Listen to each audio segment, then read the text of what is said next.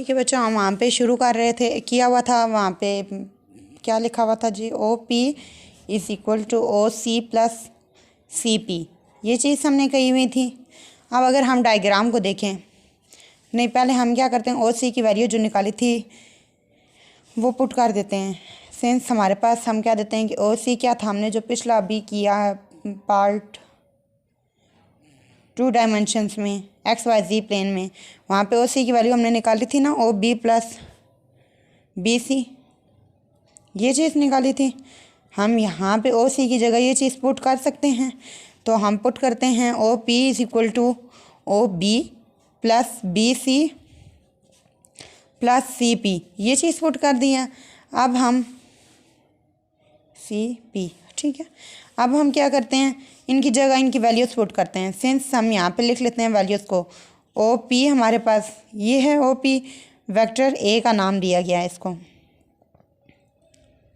इसी तरह फिर उसने कहा है BC, ये रहा BC, ये है OD वाला और BC इक्वल है, दोनों के नेम क्या हैं, एक्स एक्सिस हैं, तो हम इसको क्या देते हैं, BC is equal to OD है और which is equal to AX, साथ उसका कंपोनेंट लगा देते हैं, ठीक है, X कंपोनेंट I। फिर आगे क्या है हमारे पास, OB, ये जो है OB, इसको देखते हैं, ये देखिए O और B किधर है, O और ये B, ये Z वाली लाइन है, तो इसका नाम हमने क्या दे रखा है, Z एक्सिस, तो AZK लिख देते हैं, ठीक हो गया। फिर हमने बात की थी OB BC CP, CP को देख लेते हैं, ये देखिए ये है हमारे पास CP, ये वर्टिकल है, ये Y एक्सिस की तरह, यानी OE और PC इक्वल है, CP और OE इक्वल हैं, जिसको हमने AYJ साथ यूनिट वेक्टर ये लगा दिया। अब ये जितनी वैल्यूज़ हैं इनको यहाँ पे पुट करते हैं, ठीक है, तो आप कह दें कि इट इम्प्लाइज दैट OP हमारे पास वेक्टर की इक्वल हो गया, OB की हमने वैल्यू यहाँ निकाली AZK प्लस इसका है AXI प्लस AYJ। अगर हम इसको अरेंज करके लिखें वेक्टर को, तो vector A is equal to AXI plus AYJ plus AZK, ये चीज़ आ गई है, ये हमारे पास वेक्टर आ गया है। अगर हम इसका मैग्नीट्यूड निकालना चाहें, मैग्नीट्यूड, तो क्या करते हैं, पहले कंपोनेंट का स्क्वायर A का स्क्वायर यानी X वाले कंपोनेंट का, Y वाले कंपोनेंट का स्क्वायर जमा Z वाले कंपोनेंट का स्क्वायर अंडर द रूट, ये होल रूट किया है और इधर वेक्टर का मैग्नीट्यूड निकाला है, ठीक है। अगर डायरेक्शन निकालना चाहें तो आप सोच रहे होंगे कि आप तो यहाँ पे 3 कंपोनेंट से डायरेक्शन का क्या करेंगे, डायरेक्शन पे कोई चेंज नहीं आएगा, डायरेक्शन का फार्मूला वही होगा tan inverse AY by AX। It's okay, समझ में आ गई ये बात यहाँ तक। ये हमने बात की है rectangular components of vector in 3 dimensions की, इसको एक दफ़ा आप बुक से भी देख लें। OP OC प्लस CP की है, OC की वैल्यू पुट की है उसने कहा OB जो है उसकी वैल्यू, अच्छा BC को उसने OD की इक्वल कहा है, CP को OE के वैल्यूज़ उसने यहाँ पे फिर BC की जगह OD और CP की जगह OE लिखा, उसने इन सब को वैल्यूज़ दी हैं AX AY AZ, ठीक है। और अगर उसका मैग्नीट्यूड निकालें तो ये आ गया है, समझ में आ गई इस बात की। फिर वो कहता है कि पोजीशन वेक्टर क्या होता है, any vector use to locate position of body in XYZ plane, कोई ऐसा वेक्टर जो क्या करे, पोजीशन बताए, ठीक है, दैट लोकेट पोजीशन कहाँ, XYZ यानी 3 डायमेंशनल प्लेन में विद रिस्पेक्ट टू ओरिजिन की रिस्पेक्ट से उसे हम कहते हैं position vector. It is denoted by R as written as, इसको R से डिनोट करते हैं और रिटर्न कैसे करते हैं XI YJ ZK, ठीक है। उसने क्या कहा, ऐसा वेक्टर जो अपनी पोजीशन को लोकेट करे XYZ प्लेन में ओरिजिन की रिस्पेक्ट से, उसे हम पोजीशन वेक्टर कहते हैं, और उसका उसने क्या दिया XI YJ ZK, इसको लिखते ऐसे मैथमेटिकल, और मैग्नीट्यूड में क्या किया X Y और Z कंपोनेंट का स्क्वायर। आगे उसने देखो एग्जाम्पल किया कि उसने वेक्टर R दिया, उसने कहा इसका मैग्नीट्यूड निकालो, ईजी तरीका है, X का स्क्वायर है यानी 3 का स्क्वायर, Y 2 है तो 2 का स्क्वायर और Z 6 है 6 का स्क्वायर। जब इनको आपस में ऐड करेंगे तो हमारे पास आंसर 7 आएगा, कैसे, 3 का 9, 2 का 4, 6 का 36, जब इन सबको ऐड किया तो 49 आया, 49 का अंडर रूट लिया तो 7। यहाँ तक समझ में आ गई है बात। आगे हम कहते हैं explain direction cosines of a vector. क्या बात कह रहे हैं वो, डायरेक्शन कोसाइंस ऑफ वेक्टर, यानी अब उसने कहा है कि ऊपर हमने बात कर ली, अब आप हमें कोसाइंस एंगल्स बताएं। सबसे पहले तो आपको ये याद रखना चाहिए कि कोसाइंस एंगल्स कौन से हैं। Cos alpha, cos beta, cos gamma, जो हमारे पास हैं ये डायरेक्शन कोसाइंस हैं, ठीक है। वेक्टर की डायरेक्शन कोसाइंस को क्या कहते हैं, cos alpha, cos beta, cos gamma. Alpha यहाँ पे हम एक्स एक्सिस पे, बीटा वाई पे और गैमा जी एक्सिस पे यूज़ करेंगे। आप चलिए इसको देखते हैं। अच्छा जी, हम बात कर रहे थे डायरेक्शन कोसाइंस की। The cosines of the angles between the vector and 3 coordinates axis are called direction cosines of a vector. Cosines angles between vector and 3 coordinates, एक वेक्टर है और साथ उसके 3 कोऑर्डिनेट्स हैं एक्स वाई जी, उसके दरमियान जो हर एक का वेक्टर के साथ एंगल है, एक्स का वेक्टर के साथ, वाई का वेक्टर के साथ एंड जी का वेक्टर के साथ, उसको हमने क्या कहा है, direction cosines of a vector. उसने कंसीडर किया ओ पी, एक वेक्टर लिया है जिसको उसने डिनोट आर के साथ किया एक्स वाई जी प्लेन में, विच में X angle alpha with O X, beta with O Y and gamma with O Z as shown. उसने दिखा दिया है कि हमने ये वेक्टर ओ पी लिया है, एक्स एक्सिस है, वाई एक्सिस और जी एक्सिस उसमें ओ पी लिया है। तो उसने कहा है अगर ये आप लोग इसकी चेंज भी कर सकते हैं, अगर उसने ये एक्स लिखा ना, मोस्टली हमारे पास यहाँ पे जी होता है, तो आप इसको जी कर सकते हो, इसको वाई और एक्स जैसे ऑलरेडी हैं, ठीक है। इस तरह भी आप कर सकते हो, लेकिन अगर हम जो फॉर्म लेके चाह रहे थे कंपोनेंट्स की, इसकी कोऑर्डिनेट सिस्टम की, वही रखें तो ज़्यादा अच्छी बात है, ठीक है। हम क्या करते हैं, मैं आपको ड्रा करके उस तरह बताती हूँ कि क्या कैसे करना है, ठीक है। अब देखिए हम उसकी डायग्राम बनाते हैं। उसने क्या कहा था कि हमारे पास एक्स वाई जी प्लान के अंदर हमने एक एक्स वाई और जी प्लान लिया है। उसमें उसने कहा था एक वेक्टर कंसीडर करो ओ पी, ये हमने सपोज कर लें कि वेक्टर ले लिया है ओ पी, यहाँ तो ओरिजिन है ओ, ये हमारे पास जेड एक्सिस है, ये एक्स एक्सिस है, ये वाई एक्सिस है, ठीक है। और ये हमने ओ पी एक वेक्टर लिया है। उसने कहा जो वेक्टर ओ पी लिया है उसका नाम दे दो आर, और जो एंगल हम बना रहे हैं एक्स एक्सिस के साथ उसको कह दो अल्फ़ा। जो आप एंगल बना रहे हो इस वेक्टर के साथ एक्स एक्सिस का, उसे अल्फ़ा कहा है।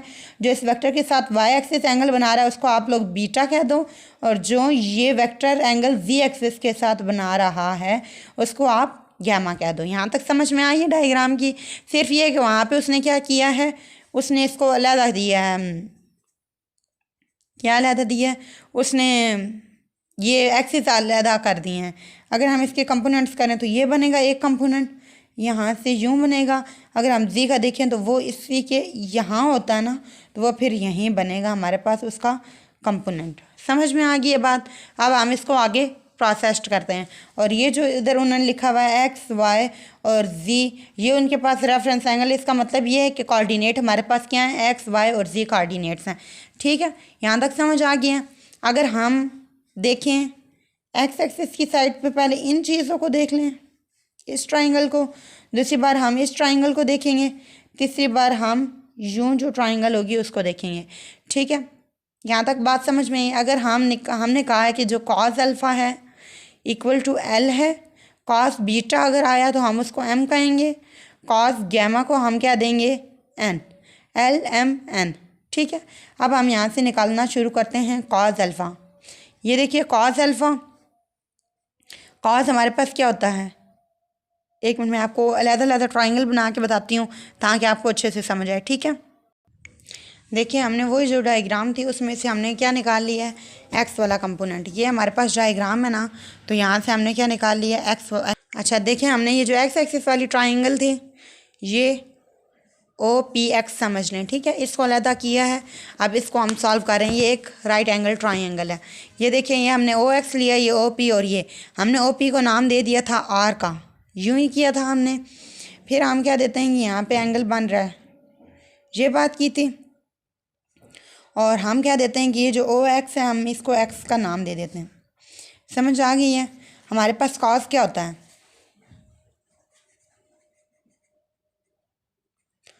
कॉस अगर हम अल्फ़ा, ये एक्स एक्सिस है ना तो इसके साथ एंगल क्या है अल्फ़ा है, तो कॉस अल्फ़ा हमारे पास क्या होता है, कॉस का क्या होता है, कॉस सम पीपल हैव था करली ब्राउन हेयर, करली ब्राउन, ब्राउन यानी बेस बाय हाइपोटेन्यूज, करली ब्राउन हेयर्स। ठीक है, ये चीज़ आ जाएगी।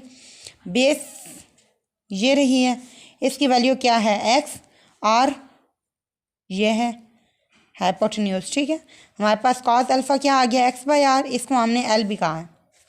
इसी तरह अगर हम निकालें एम यानी कॉस बीटा, उसकी भी डायग्राम ऐसे ही बनेगी।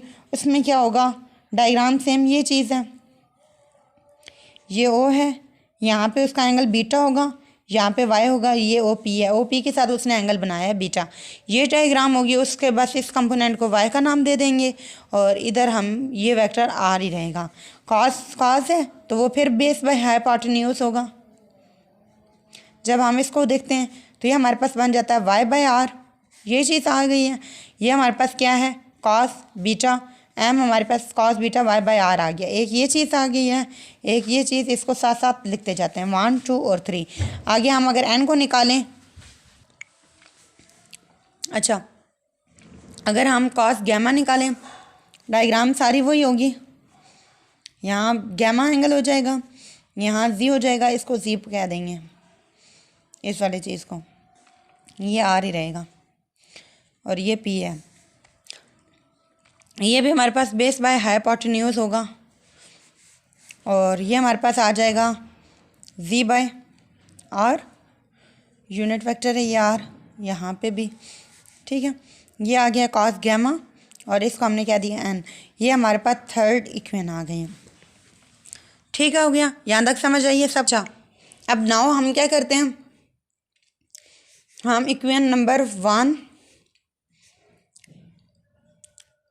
Equation number 2 and equation number 3 को ऐड भी करते हैं, स्क्वायर भी करते हैं, इन दो का स्क्वेयरिंग एंड ऐडिंग। ठीक है, कौन कौन सी इक्वेशन का, पहली दूसरी और तीसरी की। पहला क्या है, cos square alpha plus cos square beta हो जाएगा प्लस कॉस स्क्वायर गैमा। इस साइड पे आ जाएगा एक्स बाय आर का, इसका भी square plus Y square by R का, जे स्क्वायर बाय आर का स्क्वायर, ये चीज़ आ जाएगी। ठीक है, ये ऐसे इट इज़ चलेगा, cos square alpha plus cos square beta plus cos square gamma. इधर हमारे पास क्या करते हैं, आर, अभी हमने पोजीशन वेक्टर आर पढ़ा, क्या वैल्यू थी उसकी मैग्नीट्यूड में। अगर हम लें तो ये वेक्टर नहीं है, ये मैग्नीट्यूड ही है, वेट वेक्टर का मैग्नीट्यूड, सॉरी ये मैग्नीट्यूड लेंगे क्योंकि हम कॉस एंगल ले रहे हैं और साथ ये, ठीक है, कोसाइन सभी निकाल रहे हैं। एक्स का स्क्वायर प्लस वाई का स्क्वायर प्लस जी का स्क्वायर, इधर क्या आ जाएगा, वाई का स्क्वायर नीचे, एक्स का स्क्वायर जमा वाई का स्क्वायर जमा जी का स्क्वायर का होल स्क्वायर प्लस जी का स्क्वायर ऊपर है, नीचे आ जाएगा वही एक्स का स्क्वायर जमा वाई का स्क्वायर जमा जी का स्क्वायर का होल स्क्वायर। ये अंडर रूट स्क्वायर से कट गया, ये अंडर रूट और ये अंडर रूट स्क्वायर से कट गया।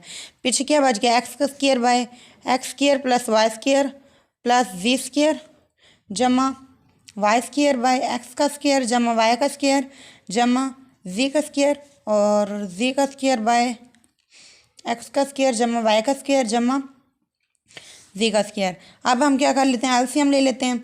नीचे दो तीनों के पास वैल्यू सेम है, एज इट इज़ आ जाएंगी और ऊपर ये है कट जाएगा आपस में, ऊपर एक्स स्क्वायर रह जाएगा, वाई स्क्वायर रह जाएगा जमा जी का स्क्वायर रह जाएगा। ये चीज़ और ये चीज़ सेम है, कट जाएगा आपस में। हमारे पास आ गया 1। क्या आंसर आया है कि कॉस स्क्वायर अल्फ़ा को जमा करें कॉस स्क्वायर बीटा के साथ और कॉस स्क्वायर गैमा के साथ, तो आंसर आता है 1। हमारे पास ये एक आइडेंटिटी बन गई है।